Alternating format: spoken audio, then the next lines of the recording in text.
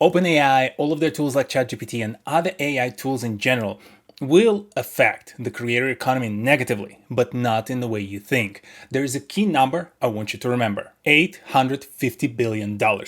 This is the number that essentially OpenAI committed to all different companies across the top segment of our market, at least here in the United States, but really just globally based on the company sizes. And they have to figure out how to fund this number between basically now and the beginning of next year. Why is it important? You already start seeing this dynamic happening in the AI specific space where they've been co-investing into each other and trying to essentially prop up the activity that's happening in the AI space. The biggest reason for this is that as much as it's exciting and a lot of people are talking about AI struggles to do one core thing: actually make money for other companies. The specific use case that you might be surprised by that I wanted to just show, you all have seen some of these videos coming from Sora. It made a huge noise. There was a lot of conversation in the creator economy around like, hey, what's going to happen? We now have this tool available to us. That's it. Creators maybe not need it anymore. OpenAI is even thinking and talking about creating their own social media where they specifically gonna allow people to post this kind of content. Okay, that looks interesting, unique to some extent, entertaining and even funny in some cases, but there's a big problem with this. It actually doesn't make much money. You see, you have all of these companies, right? And it's a very complex, a little bit of an eyesore visual improvement on the prior one, though, in terms of the level of detail and the amount of interrelationships. It's very incestual to some extent of all of these companies together. And the problem with pretty much all of them, they're still trying to figure out how to make money using AI, whether themselves directly outside of just a subscription service to have access to those AI tools, but mainly for the companies out there. It's important because $850 billion is a lot of money that essentially OpenAI committed to. It's now part of the valuation of a lot of these companies. It's required to keep the engine going, so to speak.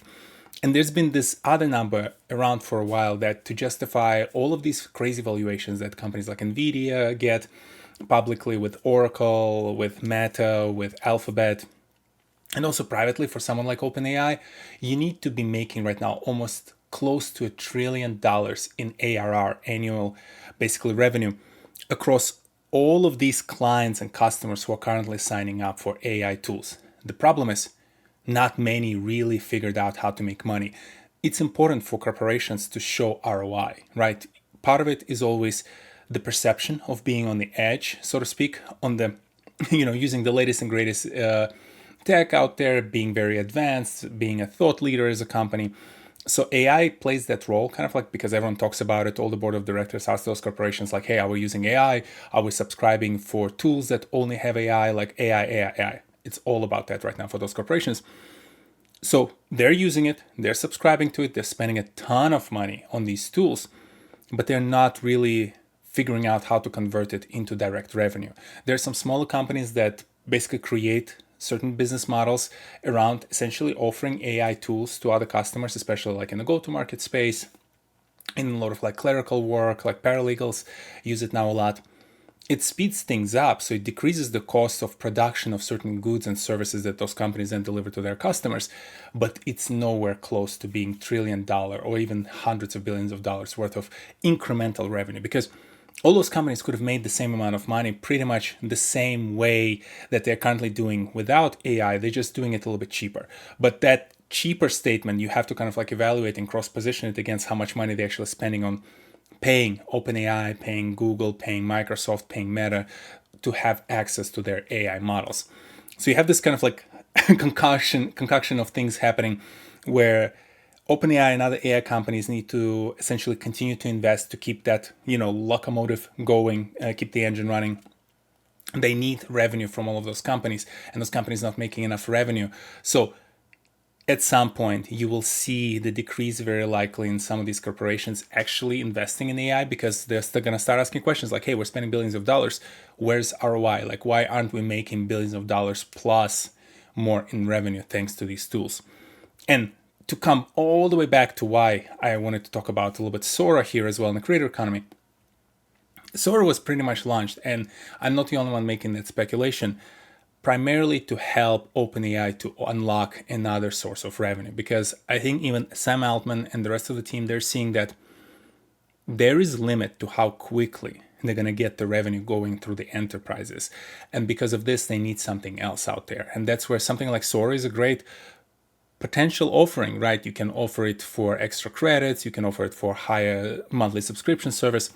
But then to help people justify the investment into the tool, you need to give them something. And that's where the idea of the social media came in, I'm sure, because their hope is that, hey, it's going to be very popular social media, like equal to Instagram Reels or TikTok. So people are going to come in, which means if people are scrolling and watching these videos, we can place some ads against it, which means we can open our advertising business basically as an AI company and start taking money away from YouTube, TikTok, and some of the other creator economy companies that primarily put advertisement against, say, short form content. That's what they will be after. And eventually, I'm sure they would want to go after long form or podcast content and place some ads and have like social media that they can then sell some ad slots against.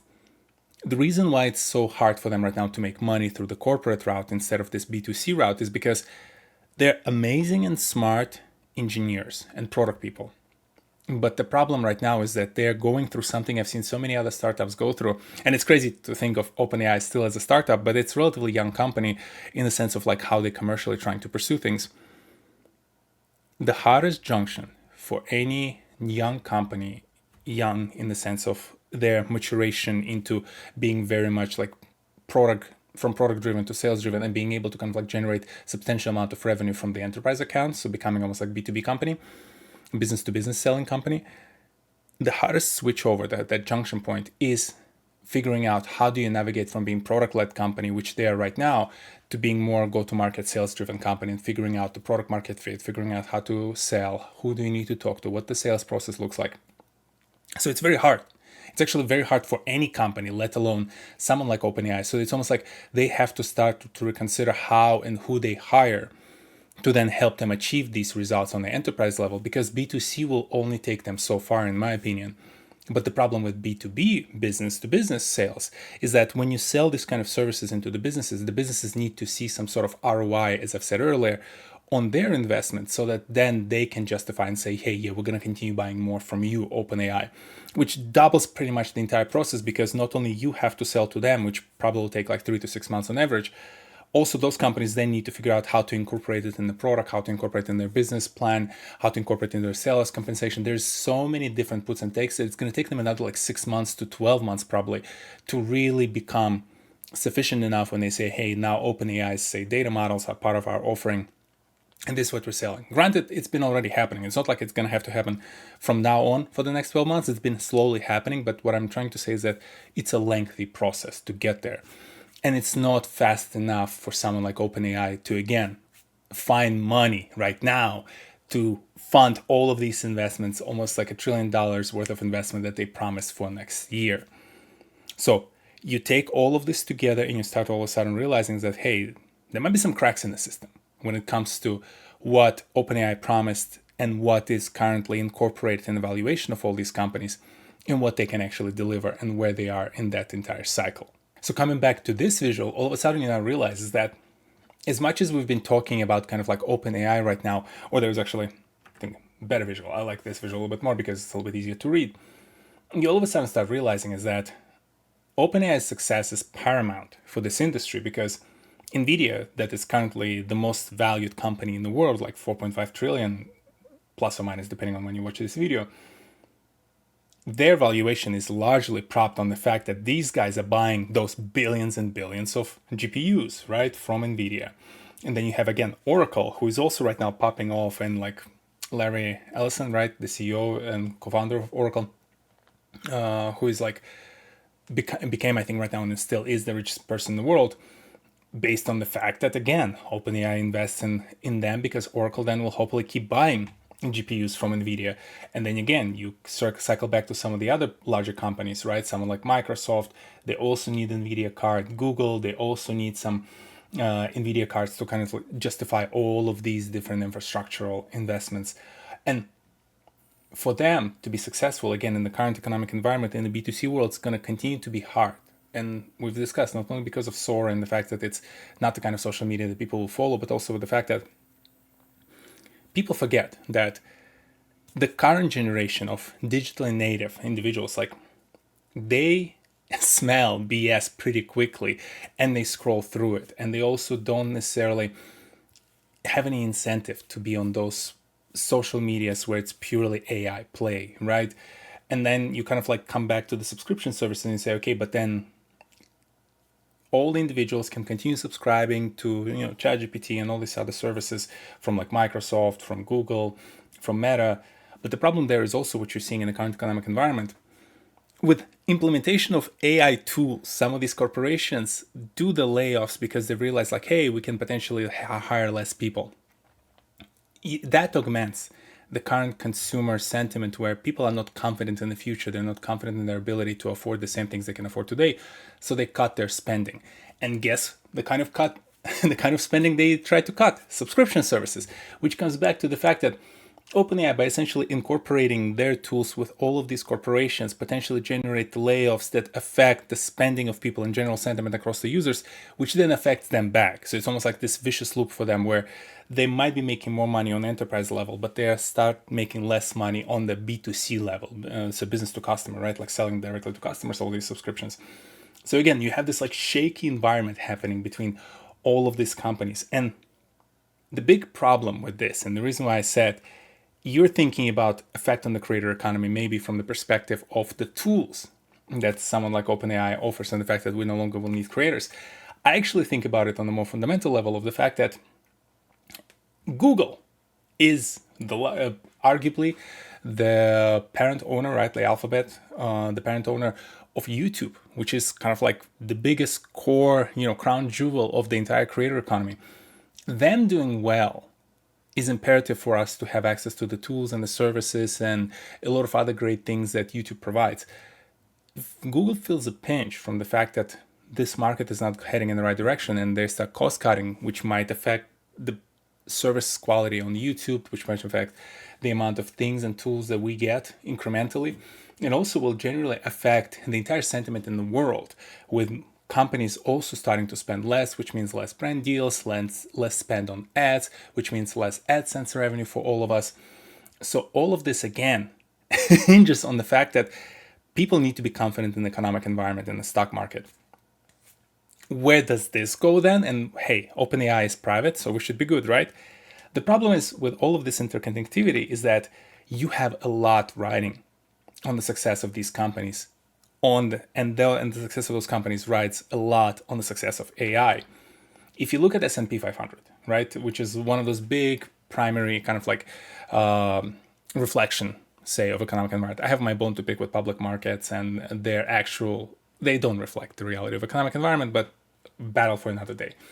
What I wanted to show is that you have this what's called Magnificent Seven, right? So Magnificent Seven, again, includes all of these big companies that we just discussed, right? There we go. We actually have a full list. Apple, Microsoft, so Alphabet, Amazon, Nvidia, Tesla, Meta. Out of them, set Tesla aside, which has its financial issues right now as well. All of the other ones, actually, you can probably exclude Apple as well. Their AI offerings are non-existent. So it's really, again, you're looking at Microsoft, you're looking at Alphabet, you're looking at Amazon, because of their service and hardware, I think, division as well, although they might be okay too, but definitely Nvidia and definitely Meta. So call it, if we're conservative, 5 out of 7 companies fully rely on the state of AI, and all of those companies are a big part of S&P 500, right? So Nvidia currently is the biggest portion of S&P 500. You have Microsoft, you have Alphabet, you have, again, Meta, you have Oracle, which provides, again, the hardware and basically all of these build outs of the infrastructure on the back end. You have Palantir, which is technically defense, right, military company, but their big claim to fame is primarily AI. They're AI-driven company that brings in AI into the military. Again, whole separate topic and whole separate story. I have a bone to pick there as well, but you just need to realize that all of these companies essentially underpin the success of S&P 500. And if OpenAI starts going down, it's going to drag down Nvidia, it's going to drag down Microsoft, it's going to drag down Alphabet, Oracle, blah, blah, blah, blah, all of these companies, which will start dragging down the entire market because everyone's going to start selling their positions because they'll see that S&P 500 is just crashing, right? And so that then you might say, hey, it's only domestic for the United States. Why would we care? Present you this other visual, which is important for you to know. Some people don't know, but we always hear about like, where is it? We don't even have Saudi, like Saudi sovereign fund, right? And how they're spending all this money buying the sports club, buying e-sport leagues, buying different organizations, golf tournaments and whatnot. A lot of countries have that, right? As you can see, again, China has a couple, UAE has one, Kuwait has one. Yeah, sorry, it would confuse me. I was like, I think they messed up the flag. But the biggest sovereign fund right now in the world actually belongs to Norway. You probably don't know, or you haven't heard, but Norway is pretty quiet in that regard, but they're one of the biggest petroleum countries out there. And so they've been saving a ton of money because it's privatized. So petroleum is not owned by private companies. It's private, I'm sorry, it's not privatized, it's nationalized. So it's owned by the government. And so the government makes a lot of profits and they pump those profits into their sovereign fund. And that sovereign fund's been growing. Like it's been growing like crazy, especially as prices of oil kind of like stabilized. And you can kind of like see that uptick and the fact that they're right now at $1.7 trillion. Are you curious to know what companies are the highest portion of this sovereign fund? Microsoft, Alphabet, Amazon, Nvidia, Meta, all the same companies. I kid you not. This is this big interconnected web. Again, coming back, it's almost like the world economy. This is what the world economy looks right now. It's all interconnected. It's all based on all of these companies. And the reason I want to bring it all up is because I think so many people, when they talk about the impact of AI tools on the creator economy, they're worried about the, again, replacement of the creators. This is what I'm worried about. I'm worried about the fact that all these AI tools, forget for a second creator economy. They're going to take down the general economy if things do not pan out well for them. And in part, it's by design. From one of those things that companies realized, thanks to the great financial crisis in 2008, is that there was this concept of too big to fail.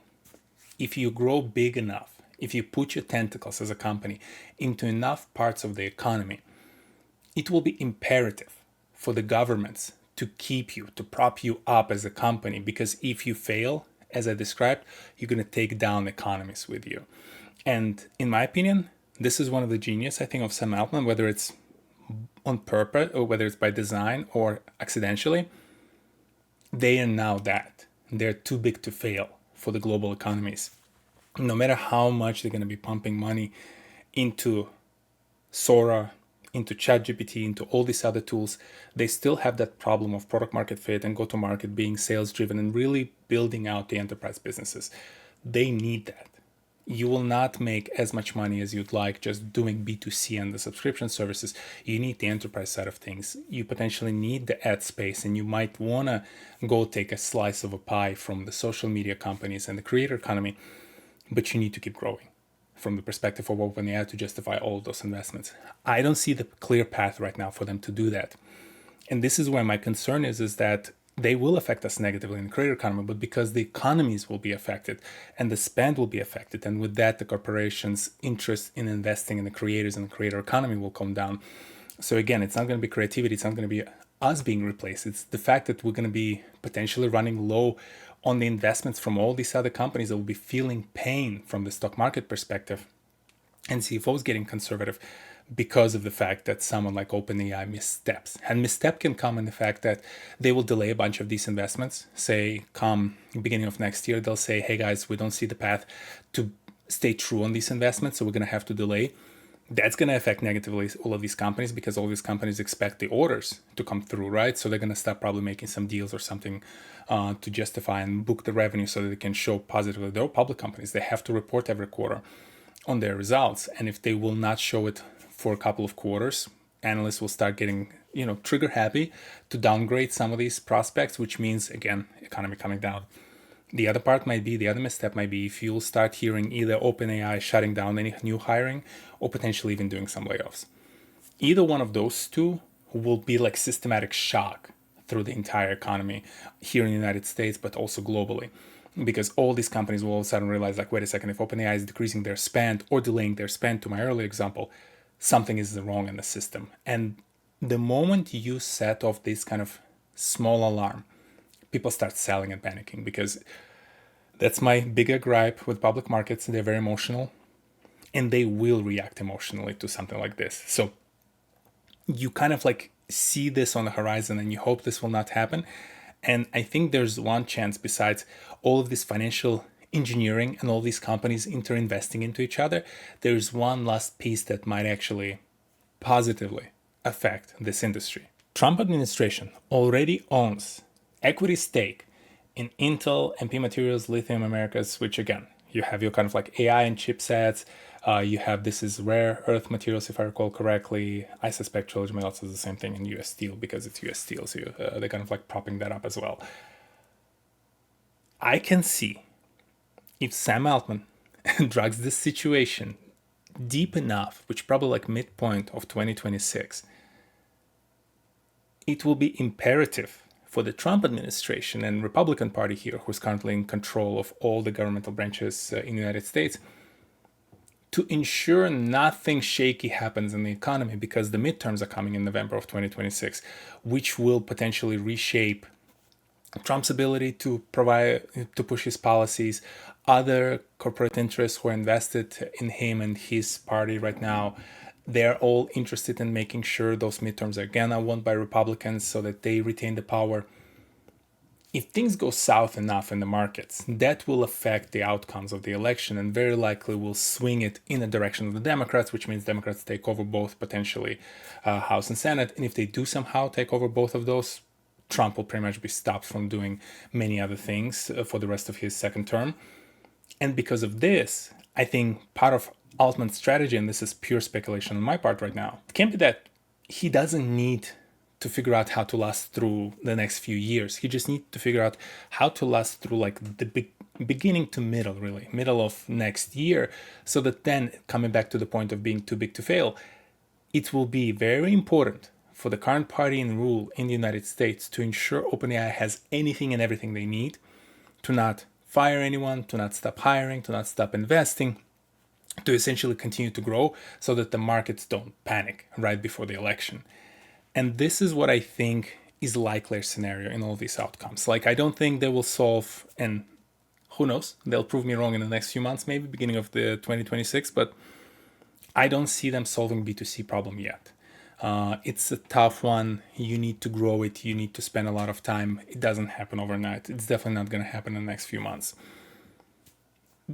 Enterprise side, I also don't see how far they can push it. And I spend a ton of time like reading and looking at different AI tools, because again, I have a 9-to-5 job and I work in the SaaS, so it's something important for all of us to be aware of. And I don't see any like silver bullet solutions out there right now that I'll be like, oh, this is the next best thing and it's going to completely change the business for us. Most of them are just cost cutting. So I don't think that's going to happen yet. And especially in the current economic environment, enterprises will be more and more conservative about investments. So really, I don't see a path for them to make nearly enough to fund even like half of what they owe right now, what they promised in that $850 billion investment. So it really comes down to the fact that they'll just have to hold on to their dear life pretty much long enough for the current administration in the United States to be interested in taking stake with them or funding them, providing them a bailout of some sorts that they're not going to call bailout, they're going to call it investment or something like this. They're going to give it a snazzy, label, so that then that company lasts through at least another few months through the rest of the year so that the election happen. So again, speculations, a lot of them, a lot of guesses. Things change in this economy on like a dime. So by the time maybe I finish editing this video, something happens, and hopefully not, but I'll still post it if it does. The biggest thing I want you to take away from this is that this is why when I talk to creators, I'm never like, oh, I'm so worried about all these AI tools. AI, it's just a tool. It helps you express your creativity as a creator. It helps you do things faster. Like, that's about as much as I think AI tools can contribute or affect the way they affect the creator economy.